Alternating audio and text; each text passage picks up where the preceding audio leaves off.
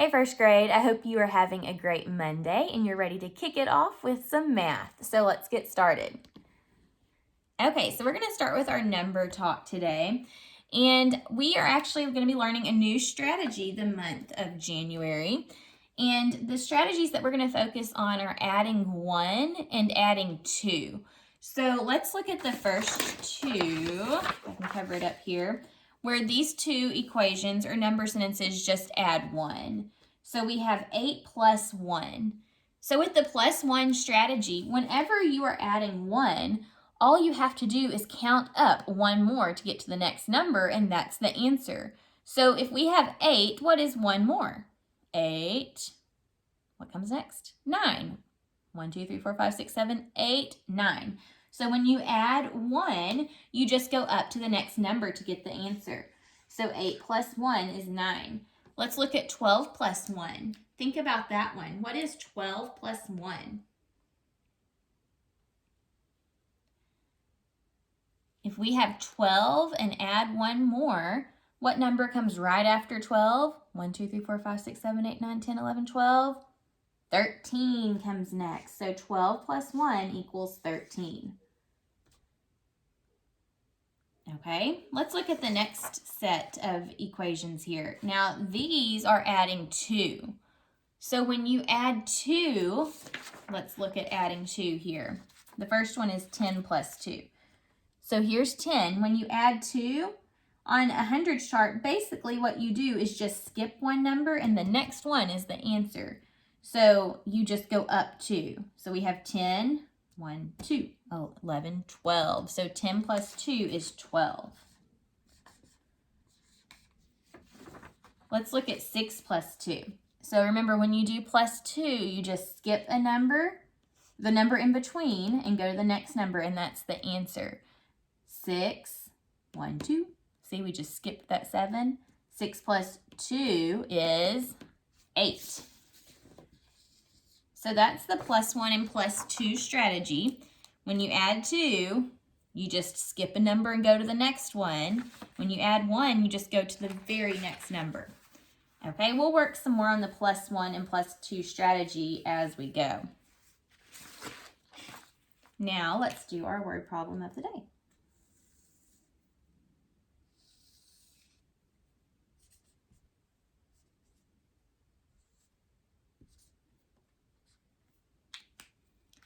All right, here is our problem for today. Let's read it together. Joy had 18 new candles. She used 8 of them. How many candles does Joy have left? Okay, let's read this word problem again, and this time let's listen for the question that we're being asked. So listen for the question. Joy had 18 new candles. Oops. She used 8 of them. How many candles does Joy have left? All right, what's the question that you're being asked there? How many candles does Joy have left? And see, it ends with a question mark. So we're listening for how many candles she has left. Let's go back to the word problem now and listen for important information that we could use to help us solve this problem. Joy had 18 new candles. Okay, so how many candles did she start with? 18. She used 8 of them. Okay, so what's important in that sentence? She used 8 of them. The number 8 is important, and also the word used. The word used helps you to know that she is getting rid of them or adding them. What's she doing there? If she has 18 and then she uses 8, sounds like there may be some subtraction going on, but let's look over here and plan it out.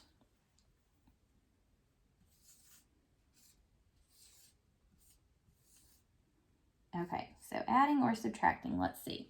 So if Joy started with 18 candles, that's our whole. She started with 18. Then she used 8 of them.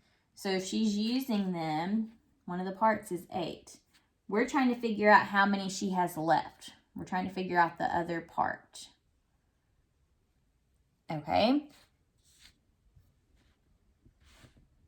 So now let's figure out what our number sentence is going to be. Are we adding or subtracting? If she's got 18 candles and she's using 8 of them, if she's using them, she's getting rid of them. We're subtracting. So we're going to need to do 18 minus 8 to get our answer. 18 minus 8.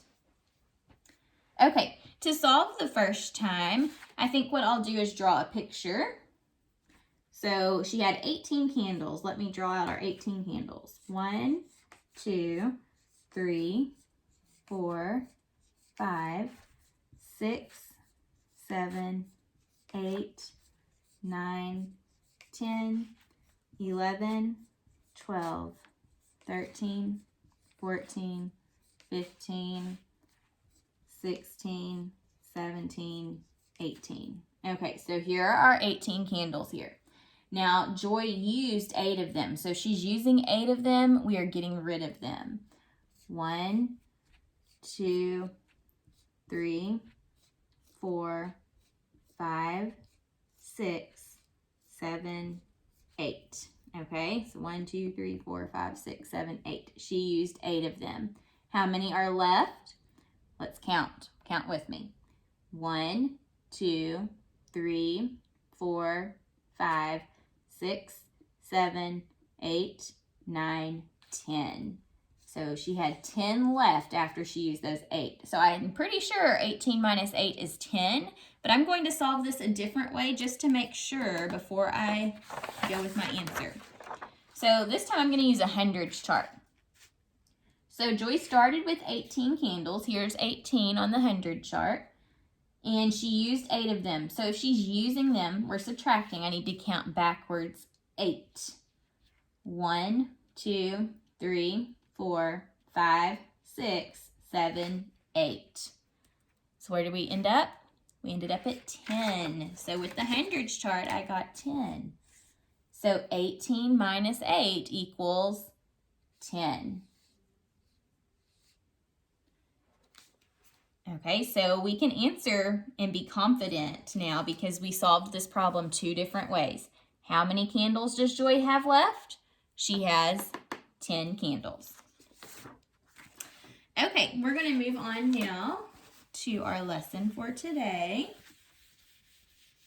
We're going to be working on comparing numbers this week and building numbers with our base 10 blocks. Now, I know at home you probably don't have base 10 blocks. So what you can do if you're working these problems with me is get a dry erase board if you have one, or just a piece of paper and a pencil and draw them out. So let me show you what I mean by that before we get started. So we're going to be working with hundreds, tens, and ones. So as you may remember, this is a 100 block. It's also called a flat, and its value is 100. So when you see one of these, it stands for 100. That's its value.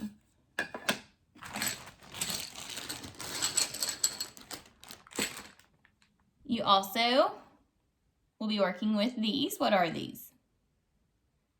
These are called longs or rods, and their value is 10. So sometimes you may call them tens. These are worth 10. And then finally, we'll be working with these. What are these? These are called units, and their value is 1. Sometimes you may call them ones too. Okay, so at home, if you don't have hundreds, tens, and ones, you can draw them out.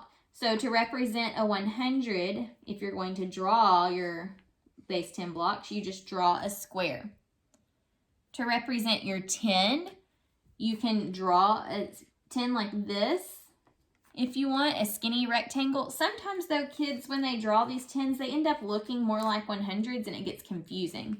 So to draw your 10, if you want, you can just do a line like that too, and that stands for 10. And then finally you have your ones, and your ones at home, you'll just do a very small square. So this is a way that you can draw these base 10 blocks and use this to help you solve at home if you don't have the ones to manipulate and work with. All right, we're going to start by building a few numbers and then comparing them. Okay, so let's start by building the number let's do, how about 62? So build 62. I'm going to write out the number 62. Okay, so with 62, how many tens will I need for this number? We need 6 tens because there's a 6 in the tens place. So 1, 2, 3, 4, 5, and 6. Okay, and then how many ones are there? There are 2 ones. So 1, 2. All right, and then we will count to double check and make sure that this is actually 62 before we do anything else. So count with me, ready? 10, 20, 30, 40, 50, 60, 61, 62. All right, on the other side, because we are going to compare two numbers, I'll leave a blank there for our comparing symbol. Let's build 112. 112. So think about what blocks will I need to build 112, and if you're drawing this out with me, you can draw out the blocks that you'll need too. Okay, so we need a 100, and then how many tens? There's a 1 in the tens place, so 110, and how many ones? 2 ones. All right, let's count this number and make sure that it is 112. Ready? 100, 110, 111, 112. Okay, so we've got it. Now we're going to compare the two numbers. We're looking to see which one is greater, which one is less, or are these two numbers equal? Okay, so whenever we compare the two numbers, we always want to look at the place that is farthest to the left. So here in 62, the farthest to the left is the 6, which is in the tens place. What number or what digit is the farthest to the left in 112? This one, right? Is this the tens place? No, this one is the hundreds place. I'm going to put an H for hundreds and then over here a T for tens. So since this number 112 has a hundreds place and 62 only has a tens place, we can know without really having to look at anything else that 112 is the larger number. But let me show you why. So if we're looking at 112, 112 has a big 100 block, right? It's got a 100. 62 only has some tens. There are no 100 blocks. So this 100 block makes this number the greatest. Okay? It is the greatest. So let's write our symbol here. 62 is, we need the less than symbol, right? Because 62 is less. Now when we write our symbol, what we'll do is put 2 dots on the side with the larger number. So we already said 112 is the larger number because of this block. So it gets 2 dots. 62 is the smaller number, so it gets 1. And let's connect the dots. So now we have our symbol, and this symbol does say less than. So 62 is less than 112. Whenever the small side of the symbol comes first, we say less than.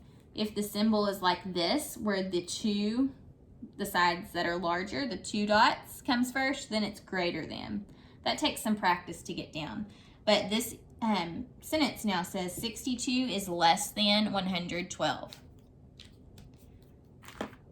Now, if I took away this 100, okay, so if I take it away, what number is this now? Now, this just represents 10, 11, 12, right? So now we have 62 and 12 to compare. Is 62 still less than 12 like we had before? No, right? It's not. So now, since we have 2 numbers that both have 2 digits and no 3-digit numbers, now we need to look more closely at the digits that are in the tens place because we always start to the left first. So here, 62 has how many tens? 1, 2, 3, 4, 5, 6 tens. 12 has 1 10. Okay, so is 6 or 1 greater?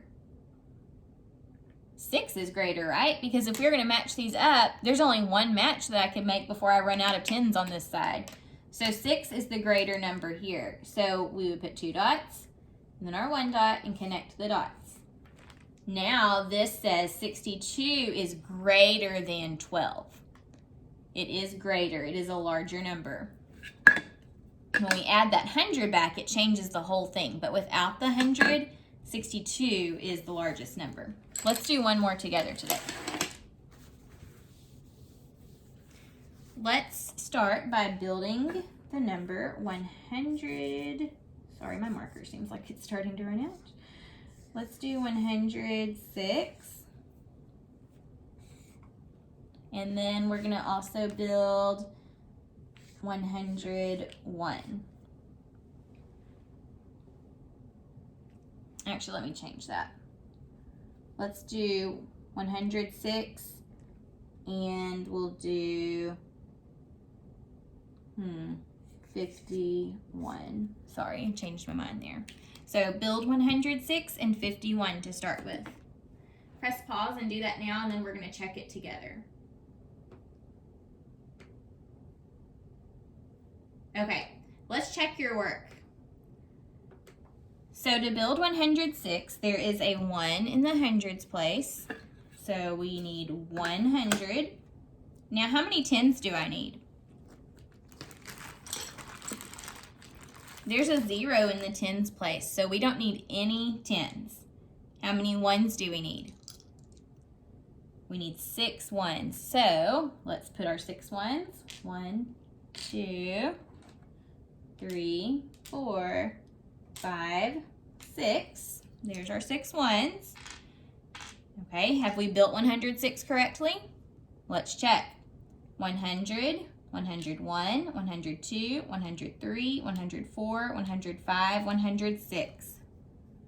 All right, and then we need to build 51. So we have a 5 in the tens place. So 10, 20, 30, 40, 50, and then a 1, 51. Now let's compare these two numbers. So remember, we look at the place farthest to the left first. In 106, we have a 1, and it's a 3-digit number. This 1 is in the hundreds place. In 51, we only have 2 digits, and this number must be in the tens place then. So we have a 1 in the hundreds place, and then over here we only have a tens place. So if there's hundreds over here and there aren't any on 51, 106 is automatically the largest number, right? It's greatest because it has a hundreds place. 51 doesn't. So we're going to put our 2 dots and then our 1 dot for 51 and connect. Now what does this say? 106 is greater than 51. It is the greater number. It has hundreds, which makes it greater. Okay, guys, we're going to continue working on comparing numbers this week. I will see you tomorrow. Bye.